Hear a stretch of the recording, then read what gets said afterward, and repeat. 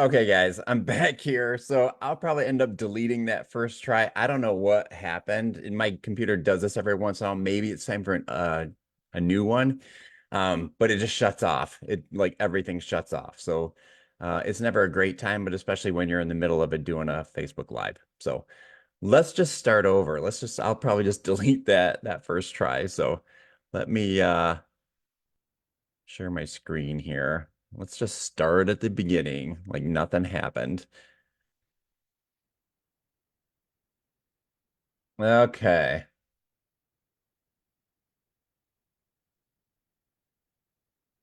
All right, let's try this again. So I'm going to talk about what is the best diet. I'm not going to go on the whole big thing.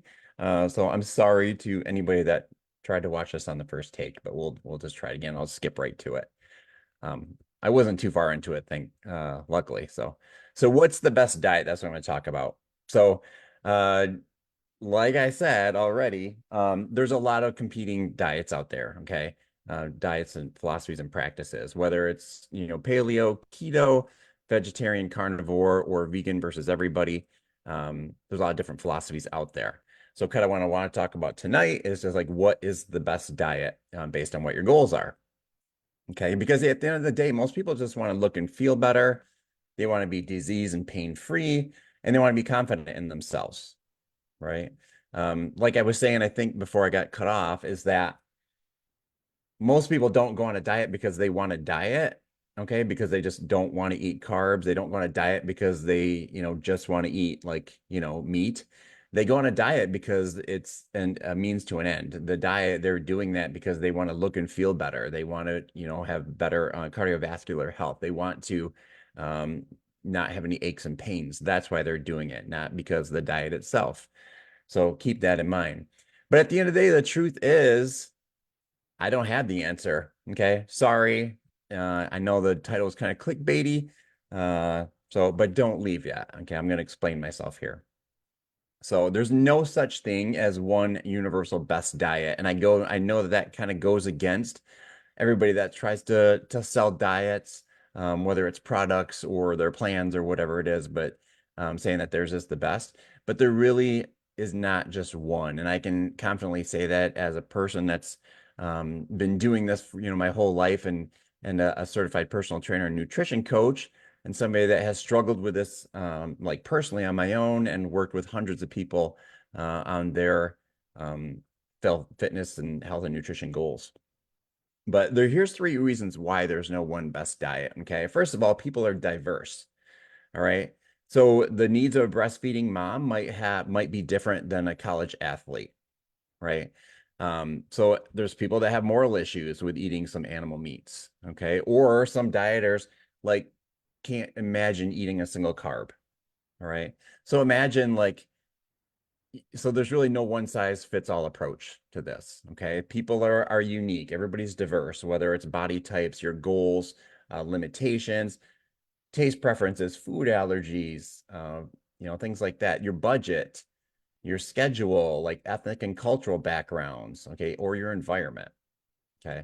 So can you imagine, being told to eat only organic, free range, grass-fed food when you're on a tight budget?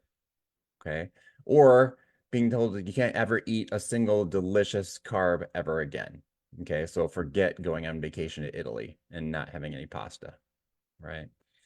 So, but your diet has taken into account your actual life, your schedule, your preferences, your budget, like all that stuff. Okay. Reason number two is that many diets are effective. Okay. There's not just one that works for everybody. Like I said, we're all diverse, but there are a lot of different options out there. So if you look around the world, all right, that are associated with good health, um, but they're very different in composition. Okay. So you look at the Mediterranean diet, high in plant and seafood, olive oils, Arctic Inuits and the African Maasai, high in fat and animal products, and very few vegetables. Okay. Or you look at like Asian cultures, like high carbohydrate, starchy rice, things like that. So all these different diets are associated with like low obesity rates, low metabolic disorders, and low cardiovascular disease. All right. So even though they're different in the composition, like how different are they really? Okay, so I don't want to focus on the differences between those diets and get into the minutia of the macro breakdowns and things like that. But instead, I'd rather focus on the things that are similar between all those diets. Okay, first of all, they all raise nutrition awareness and attention. All right. So it's paying attention that matters. So a lot of what I do with the people that I work with is that we do food tracking. Okay. Not if you're dead set against it, I'm not going to make you do it. But we do food tracking, and really it's not so much because I want to know every single little like, calorie and macronutrient, but a lot of times it's just the act of food tracking, the act of paying attention to what you're actually putting into your body. There's studies that have shown that the act of food tracking or food logging will actually result in weight loss without making any changes to your actual food. Okay, and that's because you're paying attention. So whether it's avoiding carbs, eating more vegetables, or only organic, it's the paying attention that matters most of all. Okay. The other thing is that they focus on food quality. All right. So every nutrition camp focuses on eating whole, minimally processed, nutrient dense foods, no matter what you're doing. Keto, paleo, vegetarian, vegan, like whatever it is. Every single one of them focuses on eating minimally processed whole foods. Okay. So diets that have us eating more minimally processed foods reduce the most common deficiencies. So water, vitamins and minerals, proteins, and essential fatty acids. So though when those are controlled, they help control appetite and your food intake. So you end up eating, so when you're more aware of what you're eating, you end up choosing like high quality foods and eliminate nutrient deficiencies, and then you end up eating less foods. Okay, you feel fuller longer because you're eating, foods that are more dense, okay, and have more nutritional value. So your body doesn't crave and isn't lacking in nutrients.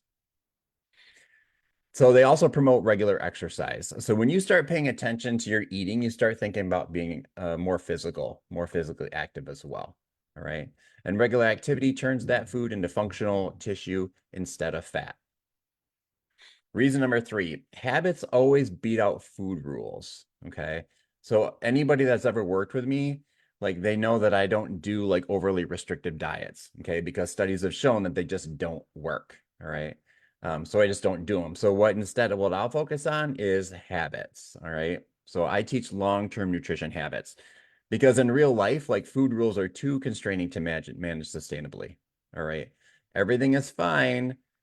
uh, I'm going to have this very restrictive diet and I'm going to stick to this. I'm never going to eat a carb again. I'm never going to eat sugar again. And that's all fine and good until real life happens. Okay. So whether that is your schedule or you end up going, to a surprise like birthday party or something, or that person brings in like a plate of brownies to work, or you didn't pack your lunch that day and you're forced to like eat whatever's at work or you're forced to eat out. The minute that you kind of fall off or you lose that like that food rule, um, you feel like you fell off the wagon. So you've got to have a more flexible skill set because if you feel like you fell off the wagon, then you're left with like no guidelines at all. And then that's when things just go bad typically. So that's why I focus on teaching habits instead of food rules. Hopefully that makes sense. So those habits are more flexible. They build skills that work in different schedules, budgets, body types, and food preferences because it's all based on the individual and what your goals are.